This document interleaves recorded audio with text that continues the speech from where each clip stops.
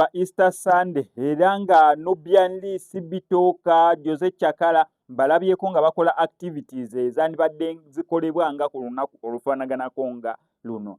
Katandikire wa Sibitoka ne Jose Chakala. Tukimanyi bulungi nnyo nti ne Sibitoka yava mu group y'aba Jose Chakala eyatuli bulala era omugambo gwali mungi ogutokomoka, naye kyensinza okwebaliza Mukama Katonda ate nga yeyandibadde enkola nti we mwawukana mu kintu ekimu tekitegeeza muneera obulamu buvuddewo oba friendship evuddewo, nedda. Njagadde nnyo engeri Sibitoka agenda kujja ku bwa Lord Kansala side ze ye Makindi agenda kwesimbawo, naye bakyakolagana ne Jose Chakala mu ngeri emu oba endala. Tebazze kubeera nga bakola kasikiti wamu kubanga eyo chapter yaggwawo kyemmanyi okusinziira ku mbeera eriwo kubanga group yagivaamu.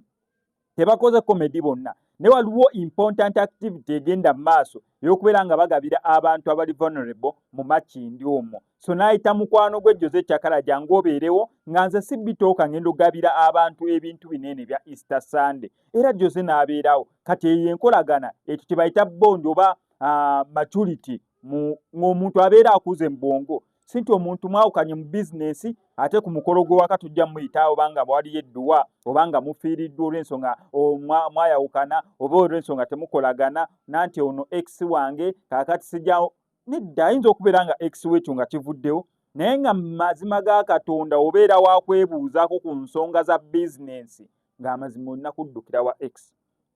Nga ex wo yesi muwala okimanyi mulya ex wo girlfriend wo ex wo, naye nga mazima ga Katonda ekituuka ku bizinesi ya tugeze oba bizinesi yonna ng'okimanyi bulungi nnyo nti ex wange amazima ga Katonda yalina edduuka ly'amasannyalaze, kati wembeera nzimbye ennyumba nga amazima ga Katonda obujjaga kwebuuza ku bintu by'amasannyalaze onagenda wa ex ng'ogamba munedda sijja gendayo oyo ex ate tukolagana. Nedda bambi si we kibeera, wabeera ex wo kita n'okitanga Eddy Kenzo we yakita life ne movinga on, naye ate wewabeerawo ensonga endala eri related oba ku nsonga ezitali related ku relationship, that means omuntu oyo abeera akyaliwo ate obeera omumanyi.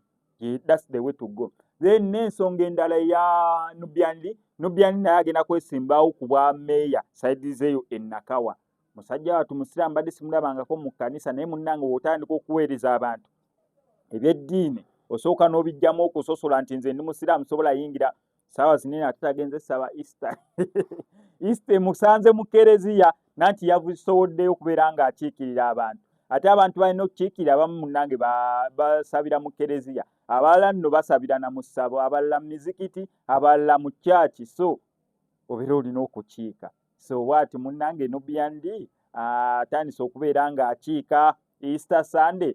Temusangangako ndowooza eyo, omusajja wattu abeera waka akirinze saawa musanvu ezisooka n'asaala subuhi ey'okumakya ng'agisadde paka zonna wazimaliriza, naye saawa zino eno Easter Sunday emusanze mu kereziya. Era musajja wattu ebiraba awaddeyo afukamidde, misa nga weegenda yonna musajja wattu agiyise mu lw'ensonga ayagala kujja kuba Lord Mayor side zeeyo e Nakawa. So bonna abaagala ebifo ebyo tubasabira basobole okubeera nga babiganyulwamu oba nga babiwangula. Wano Costemex Media nyera sigala nkuleeta updates, gwe kyolina okukola subscribing nga notification bell ebisigadde obitulekere.